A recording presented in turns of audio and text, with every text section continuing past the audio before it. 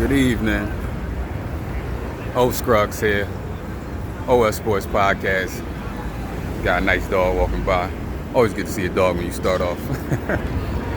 We are at the 2019 NBA Draft. Where are we at? We are at the BARCLAYS Center, live in Brooklyn. If you don't know Brooklyn, Flatbush Ave over here.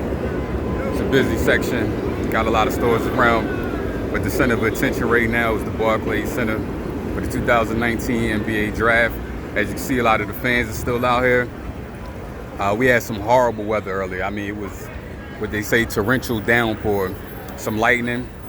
So I think the event got a little delayed as far as the outside, but now that it's cleared up, people are back outside. It's actually hot as hell out here. But it's a good day. Glad the rain cleared up.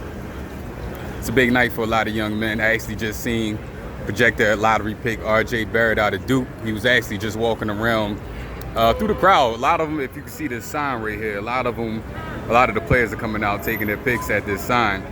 Seen a few other players. I actually seen Cam Reddish out here as well. Maybe it's a Duke thing going on. I'm excited to see what happens. I think everybody knows Zion Williamson out of Duke is going to be the #1 pick. That's already, I mean, we kind of knew that about 2 years ago when he was in high school. People were saying, this guy's the next LeBron in the sense that he's a can't miss, going to be the #1 pick when he comes to the NBA. So we're going to see who else, how the rest of it plays out. Ja Morant, might be pronouncing his name wrong, Ja Morant. He's the guy that kind of shot up the charts, I say, over the last couple months. He wasn't on the radar like that initially, but a lot of people projected him to go #2 most likely. RJ Barrett. My man Cody White from UNC is moving up in the draft. So it should be interesting. I actually want to see where Bol Bol goes. If you don't know who Bol Bol is, he's the son of Manute Bol, who's the tallest player in NBA history out of Africa, played for the Sixers. One of my favorite players when I was a kid. See where his son goes. So it's going to be an interesting draft. Interested to see where my Sixers pick up. We have 5 picks. I doubt they keep that many picks. And we actually had some breaking news literally as I'm recording this. Just found out that the Hawks and I believe New Orleans made a trade. So the Hawks now had the 4th pick in the draft from New Orleans, which is interesting because, they just traded Anthony Davis. They're going to get Zion. So everybody was wondering who are they going to get at that #4 pick to go with Zion. Possibly RJ Barrett if he was there. We're in New York. And even though this is where the Nets play, most of the people, as far as the New Yorkers, they're wondering what the Knicks are going to do. And we'll see. There's been some talk that my man Cody White from North Carolina may go to the Knicks. So we'll see what happens. But as you can see, there are people from all over here. Pretty much every NBA jersey you can imagine is here. Doesn't necessarily mean all those people came here just for this because it is New York, melting pot. So there's so many people here from around the world. Actually seen a group of people from China, and I was talking to them, and they literally came all the way from China just for the draft. I'm not even sure if there's a big player out of China in this draft, but either way, the NBA is huge in China, so it's good to see them out here. And this is let me see, I came here in 2015, 2016, 2017, 2018, now 2019. 5 years in a row, every year since I've been living in New York, living in Brooklyn. And this is the biggest one, and I think that has a lot to do with the weather. I've been down here where literally, I'm going to pan around for y'all, literally this whole sidewalk right here, going to that sidewalk over there, and I'm going to swing back around. If you can see the train station right there to down there, going back farther down towards the shopping complex, Atlantic Ave. I've been here years where this whole area was filled. I mean, completely packed.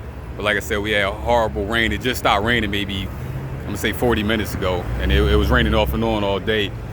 And I think that's why the crowd is a lot lighter than usual. And actually, a lot of people went inside as well. So it was more people than this when I first got here. But I wanted to take in the scene for a little while, do some chit-chatting before I actually started this live video.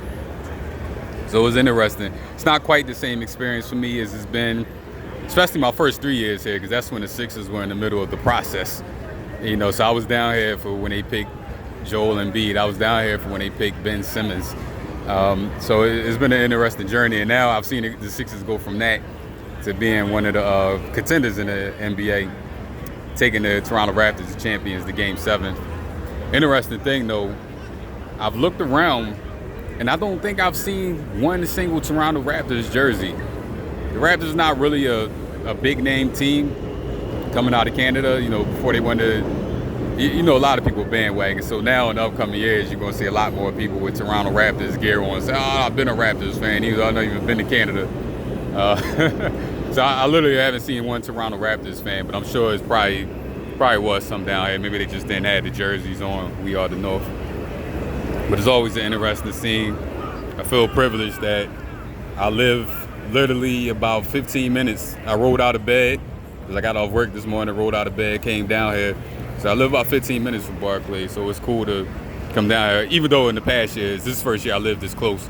I'm sorry, last year I lived this close also. Before that I was in Flatbush, this is Flatbush Ave right here again, which is farther down. So it's one of the good things about living in New York. If you can hear the train going by, I am standing on top of the train. Classic sign that you're in New York when you hear trains going by. So this is interesting. I'm gonna go over here and I'm gonna show y'all something. Now this podcast is for all sports. My old podcast was more Philly based because that's where I'm from, but I said when I started up this new YouTube page, and when I started doing this podcast, started doing these events, I wanted this to be more national because I don't just follow Philly teams, even though that's who I live and die with, but I follow sports, period. So if any Sixers fans are watching this, or any NBA fans that care about some little inside stuff, one of the big things with Joel Embiid has been his health. And if you remember when the Sixers were playing the Nets in the playoffs this year, they had footage of Joel Embiid coming out of a Shake Shack. That is the Shake Shack right there that he was coming out of, which is directly across the street from the BARCLAYS Center. I'm not going to walk all the way down there, but there's a Philly sports bar down this way. If you go to the next block, it's a big Philly sports bar. That's where I actually go watch the Eagles games sometimes, Sixers games, Phillies. So it's an interesting area with gentrification in Brooklyn. I remember coming to this area as a kid. It was nothing like this. The BARCLAYS wasn't here. It basically was just a open area in this section with BARCLAYS that now I don't even remember all these shopping centers being here, truthfully, when I was coming as a kid. But perhaps they were, and I just don't recall. But the area's changed a lot. It's fixed up a lot, and that's the type of stuff they do when they want to have, you want to build a stadium, you want to try to make it clean and safe environment. And that's what we have going on. BARCLAYS is here. It's a small building. I've been inside. I actually haven't been inside for a basketball game yet. I've been in there twice, and both times was for work. If you don't know, I work with kids, and took the kids to see Disney on Ice in there.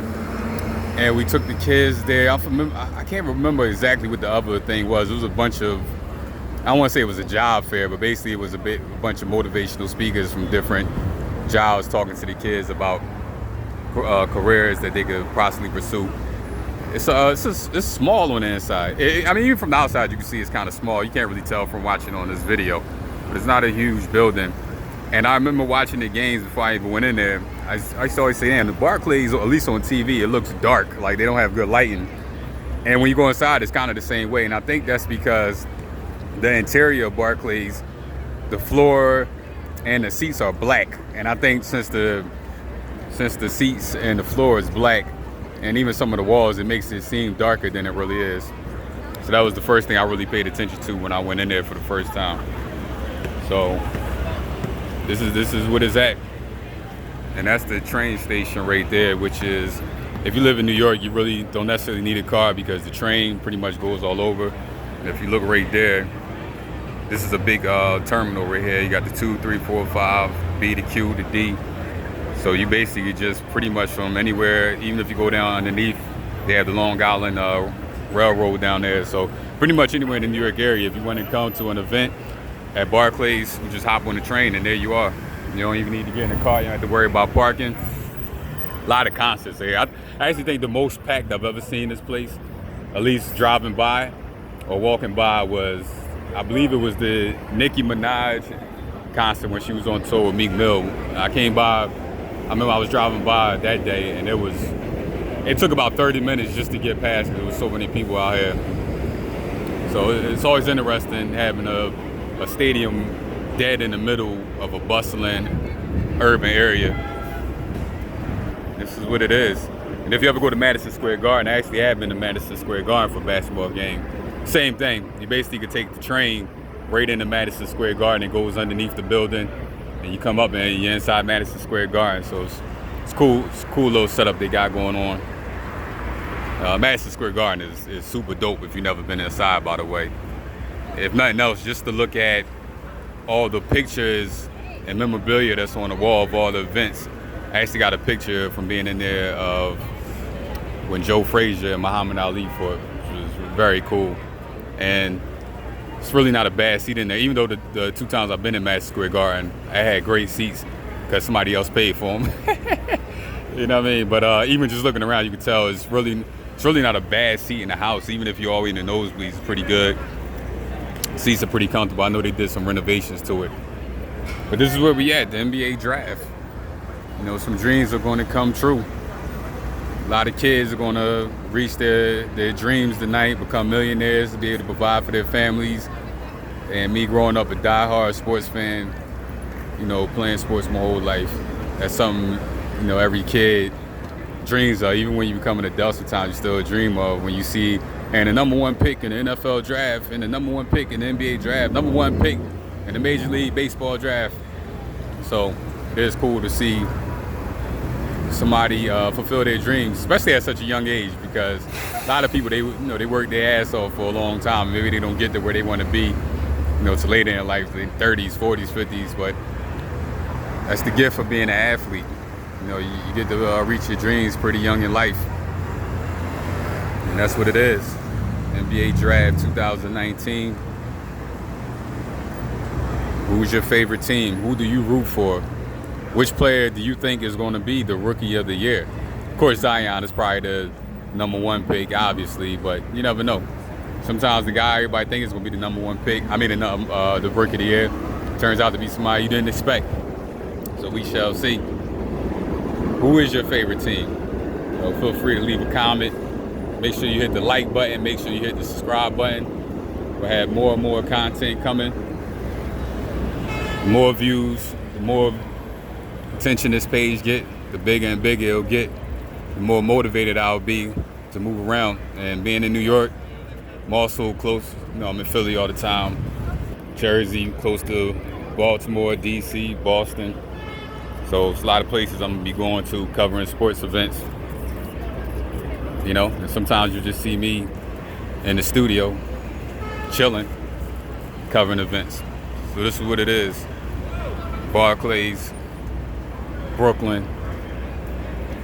Come down one day, check out the NBA draft. We got the guard dog out, sniffing for marijuana, I'm sure. See who moving that weight down here.